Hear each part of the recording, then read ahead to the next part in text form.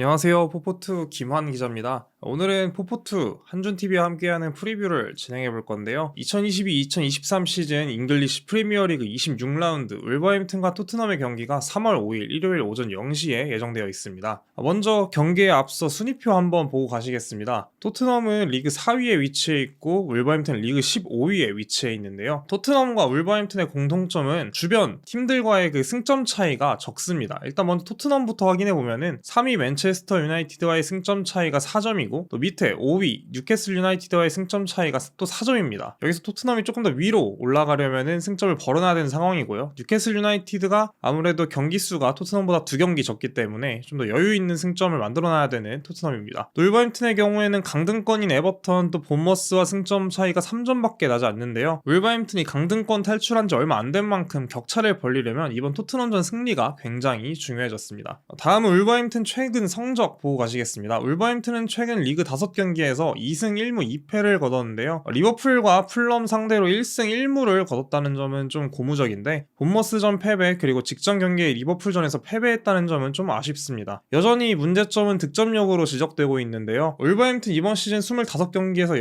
18골밖에 넣지 못하고 있죠. 아무래도 핵심 공격수들의 부상이 좀 크게 작용하고 있는 것 같은데 부상 선수들이 많다 보니 득점을 터뜨려주지 못하고 있습니다. 황희찬 선수를 비롯해서 포덴스, 최근에 또 마테우스 쿠냐 선수가 부상을 당했었죠. 이렇게 공격 시즌에 계속해서 부상이 발생하다 보니까 좀 득점력으로도 이어지지 않고 있는 울버햄튼입니다. 다행인 점은 로페테기 감독이 주의봉을 잡은 이후 전체적으로 팀이 모양을 갖춰가고 있는데요. 이런 흐름을 좀 성적으로, 그러니까 결과로 나타내는 게 좀 관건인 것 같습니다. 다음은 토트넘 최근 성적입니다. 토트넘의 최근 리그 5경기 성적이 굉장히 좋습니다. 토트넘 최근 리그 5경기에서 4승 1무를 거뒀는데요. 리그 경기만 보면 되게 좋은 승률을 자랑하고 있죠. 특히 웨스트햄과 첼시, 맨시티 등 까다로운 팀들을 상대로도 전부 승리를 따낸, 특히 무실점 승리를 따낸 점이 굉장히 좋은 포인트인 것 같습니다. 문제는 기복입니다. 맨시티를 상대로 승리한 뒤에 레스터 원정을 떠났는데 여기서 1대4 대패를 당했죠. 그리고 웨스트햄, 첼시를 상대로도 2대0 승리를 연속해서 거뒀는데 직전 FA컵 경기였죠. 셰필드 유나이티드와의 경기에서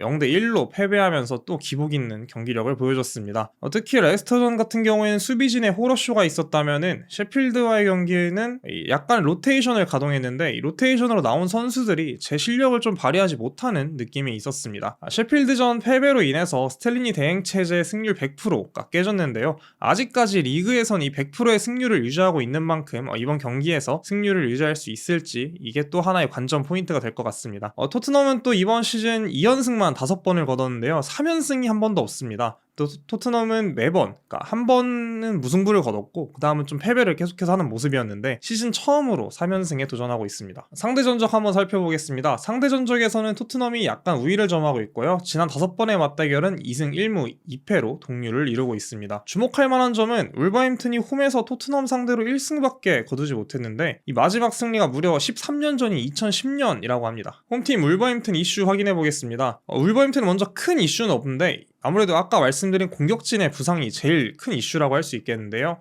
지난달 초였죠. 황희찬 선수가 리버풀전에서 전반 초반에 자책골 유도하면서 되게 좋은 모습을 보여줬는데 그러고 나서 햄스트링을 이제 붙잡고 쓰러졌어요. 햄스트링 부상을 당한 거죠. 이제 황희찬 선수는 국내에 들어와서 치료도 받고 했는데 이제 3월 중으로 복귀한다고 전망되고 있거든요. 뒤에 말씀드리겠지만 로페테기 감독이 황희찬 선수 되게 많이 좋아졌고 복귀를 앞두고 있다라고 얘기를 했습니다. 그 외에도 지금 칼라이지치 이 선수가 누구냐면은 울버햄튼이 히메네스의 부상을 고려해서 시즌 초반에 영입했던 선수인데 오자마자 이제 십자인대 부상을 당했어요. 근데 십자인대 부상이 좀 장기 부상이잖아요. 칼라이지치 선수는 십자인대 부상을 당하고 지금까지 경기에 나오지 못하고 있는 상황입니다. 이외에도 시키뉴 선수가 십자인대 부상을 당했고 또 최근 마테우스 쿠냐 선수가 풀럼전에서 발목 부상을 당했습니다. 다만 쿠냐 선수는 이번 경기에 돌아올 걸로 지금 예상을 하고 있습니다. 이런 부상들이 좀 울버햄튼의 득점력 부족으로 이어지고 있는데 아무래도 울버햄튼은 이 득점력 부족 문제를 좀 해결하는 게 급선무인 것 같습니다. 다음은 토트넘 이슈입니다. 지금 토트넘 이슈가 하나 발생했는데요. 이 크리스티안 로메로 수비수죠. 로메로 선수가 인터뷰에서 토트넘 의료진을 저격하는 듯한 발언을 했습니다. 이제 로메로가 무슨 얘기를 했냐면은 월드컵 전 부상 당시에 토트넘 의료진이 나한테 조별리그에 출전하지 못할 거라고 말을 했다. 근데 이제 그 로메로 선수도 아르헨티나 대표팀 소속이니까 대표팀 의료진도 만나봤을 거 아니에요. 근데 거기서 또 다른 얘기를 내놓은 거죠. 그러니까 로메로 선수가 그러나 국가대표팀 의료진은 나에게 모든 사진들을 보여주면서 부상이 심각하지 않으니 걱정하지 말라고 했다. 이렇게 인터뷰를 했던 거죠.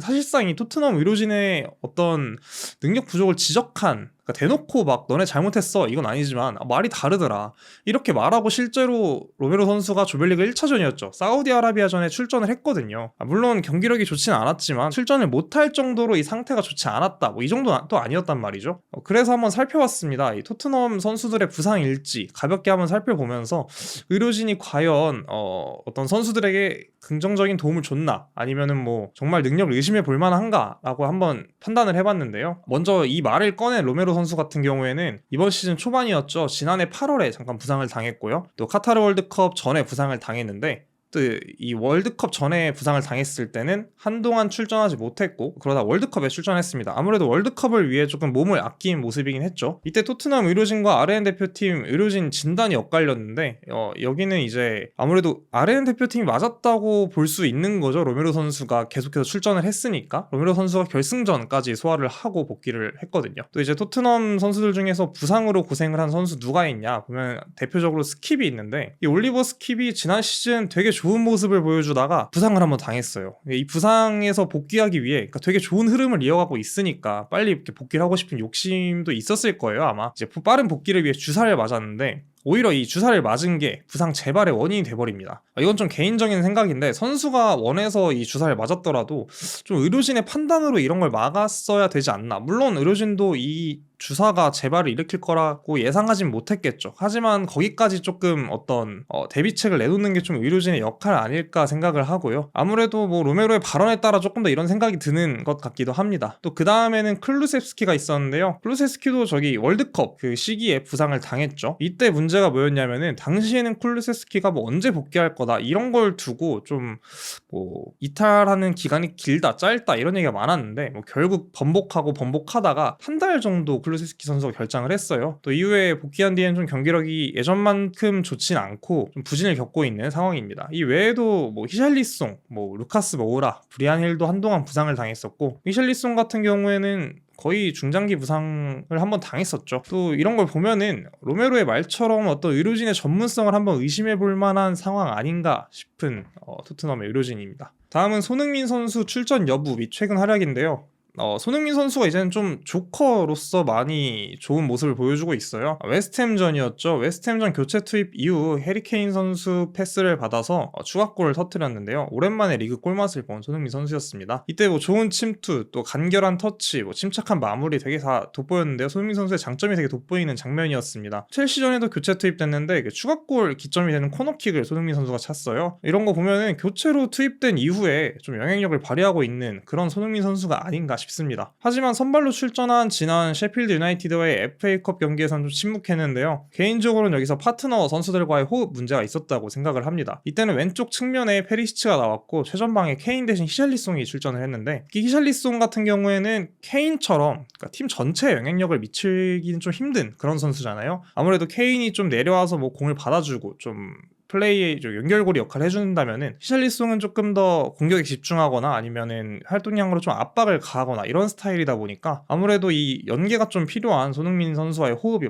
안 맞은 것 같은 느낌이 들었습니다. 페리시치 같은 경우에는 이번 시즌 내내 지적되고 있죠. 어떤 위치상의 문제나 뭐 둘 간의 호흡이나 뭐 이런 것도 있겠지만, 확실히 벤 데이비스가 나왔을 때보다 조금 달랐던 그런 모습이었습니다. 또 최근 교체로 출전할 때 손흥민 선수가 좋은 활약을 보이고 있기 때문에 이번 경기 역시 교체로 출전할 가능성은 충분히 있다고 보시면 될 것 같습니다. 울버햄튼 토트넘 기자회견 내용 살펴보시겠습니다. 먼저 홈팀 울버햄튼 로페테기 감독입니다. 먼저 부상자 소식 같은 경우에는 마테우스 쿠냐가 복귀를 했다라고 얘기를 했고요. 황희찬, 부바카르 트라우레, 또 휴고 부에노, 이 선수 부상자들이죠. 부상자들에 대한 이야기도 있었는데, 먼저 부에노 얘기가 나와가지고 부에노 뭐 많이 나아졌다, 근데 시간이 조금 필요하다, 그 이제 회복 단계 마지막에 와 있다라고 얘기를 했는데, 그러면서 황희찬 선수 이름이 나왔습니다. 황희찬 선수도 같은 상황이다, 되게 많이 나아졌지만 시간이 조금 더 필요하다, 이렇게 얘기를 했습니다. 또 이번 경기에 대한 중요성도 강조를 했는데요. 이번 경기 패배하면 울버햄튼 2연패에 빠지게 되거든요. 한참 안 좋을 때로 다시 돌아가게 될 것 같은 느낌이 드니까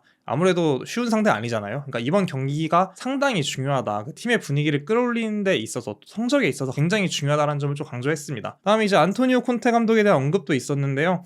콘테 감독이 최근 뭐 수술이나 좀 어려운 개인적인 일들을 겪으면서 좀 어려운 시간을 보냈잖아요. 그런 점에 대해서 로페테기 감독도 우린 모두 사람이고 로봇이 아니다. 빨리 회복하고 경기장으로 돌아오길 바란다. 좀 어떤 동업자로서 조금 그런 위로를 전한 거죠. 그러면서 콘테 감독은 세계 최고의 감독들 중 하나다. 뭐 이런 식으로 해서 콘테 감독에게 좀 심심한 위로를 보냈습니다. 다음에는 울버햄튼 토트넘 기자회견이죠. 스텔리니 코치가 이번에도 나섰는데요. 콘테 감독이 복귀하긴 했는데 이번 경기까지는 스텔리니 코치가 맡기로 했습니다. 먼저 부상자 소식은 추가 부상자는 없고, 그다음에 좀 출전 의심이 됐던 에메르송이 있었는데 에메르송이 출전 가능하다고 이야기를 했습니다. 이렇게 봐서는 에메르송이 최근도 좋은 활약을 보여주고 있으니까 선발 출전을 예상해봐도 좋을 것 같습니다. 또 셰필드전 복귀가 있었는데요. 셰필드는 돌아봤는데 이제 당시에도 끝나자마자 뭐 해리케인을 선발로 투입하지 않은 거에 대한 뭐 후회는 하지 않는다 이렇게 얘기를 했었는데 뭐 비슷한 얘기를 했어요. 선발 명단이 문제가 아니라 우리의 어프로치, 그러니까 접근법이 문제였다. 또 경기 전부터 우리가 조금 더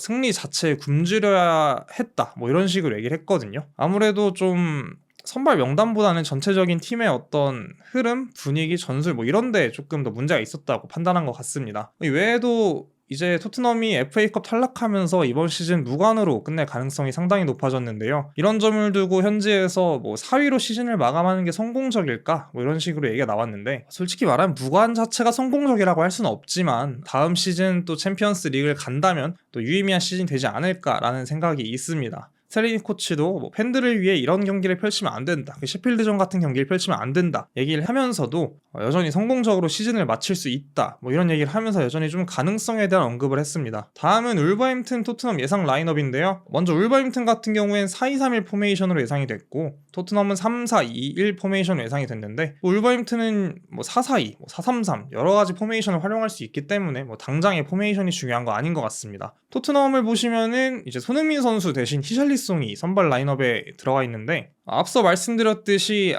손흥민 선수가 최근 조커로서 좀 좋은 활약을 보여주고 있잖아요. 선발을 기대하시는 분들한테는 아쉽겠지만 조커로 나오는 손흥민을 기대할 수 있을 것 같습니다. 어떻게 보면은 손흥민 선수가 좀 오래 뛰는 걸 보고 싶어하는 팬분들이 많을 거예요. 저도 당연히 그렇겠지만 손흥민 선수가 조커로 나왔을 때 팀에 영향력을 미치는 좀 그런 좋은 플레이들을 보여준다면은 선발이 아니라 조커로 나와도 충분히 좋다고 생각을 합니다. 다음 주목할 만한 점은 이제 중원 싸움인데요. 토트넘 같은 경우는 호이비르의 파트너로 스킵이 낙점받을 것 같다고 예상이 되고 있습니다. 물론 사르도 좋은 모습을 보여줬는데 스킵이 뭐 지난 첼시전에서 뭐 중거리골로 이제 데뷔골 터뜨렸고 전반적으로 좋은 모습을 보여주고 있죠. 이제 여기에 대응하는 울버햄튼의 중원은 르미나와 네베스가 나올 것으로 예상됐는데요. 뭐 르미나, 네베스 또 후보로 나오겠지만 뭐 무티뉴 이런 선수들이 있는데 이 선수들이 되게 다 좋은 선수들이잖아요.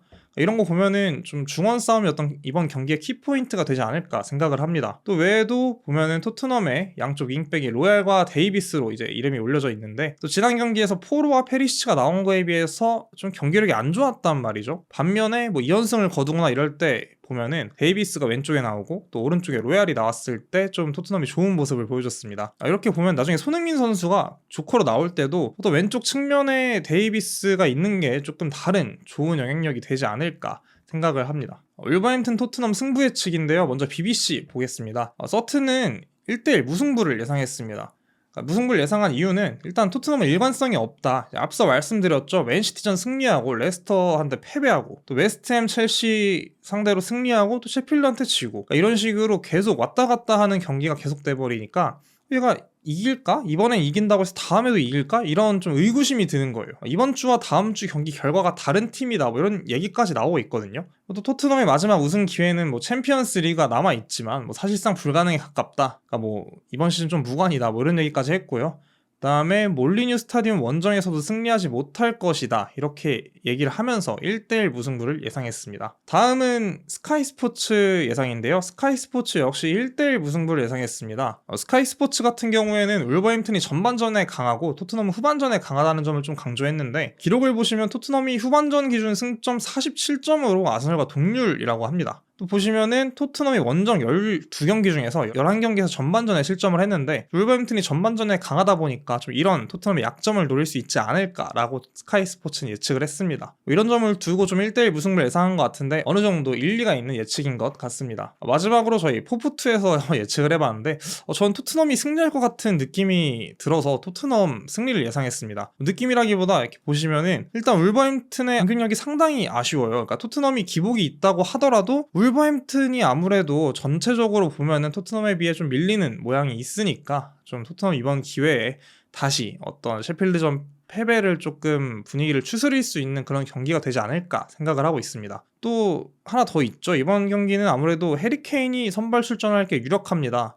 셰필드전에서 없었지만 선발로 출전하는 케인도 다르단 말이죠. 전체적인 영향력이나 또 직접 득점을 할 수 있는 그런 해결사 역할까지 해줄 수 있는 선수인데 또 여기다가 손흥민 선수가 만약에 조커로 투입된다고 하더라도 뭐 웨스트햄전에서 그랬던 것처럼 두 선수의 좀 호흡도 기대해 볼 수 있을 것 같습니다. 또 앞서 잠깐 말씀드렸듯이 중원 싸움이 좀 변수로 작용할 것 같은데요. 토트넘이 이번 경기에 승리하기 위해서는 이 중원 싸움이 상당히 중요합니다. 울버햄튼 르미나, 네베스, 무티뉴 뭐 이런 선수가 있는데 이 선수들이 좀 리그 내 탑급까지는 아니어도 좀 수준급 자원이다 이렇게 얘기할 수 있는 선수들이란 말이죠. 토트넘은 이제 호이비에르와 스킵이 좀 선발 출전이 유력하고 사르 정도가 서브로 나올 것 같은데 이 세 선수로 맞서야 하는 상황입니다. 좀 어떻게 보면 전술적인 좀 능력이 필요한 쿠냐, 사라비아, 뭐 트라우레 이런 선수들이 이제 측면에 배치됐는데 그 외에도 이제 울버햄튼이 측면에 뭐 쿠냐, 사라비아, 아다마 트라우레죠. 트라우레 등 좀 측면 자원들이 많이 있는데 토트넘에서 이제 에메르송, 뭐 페리시치, 벤 데이비스 이런 선수들이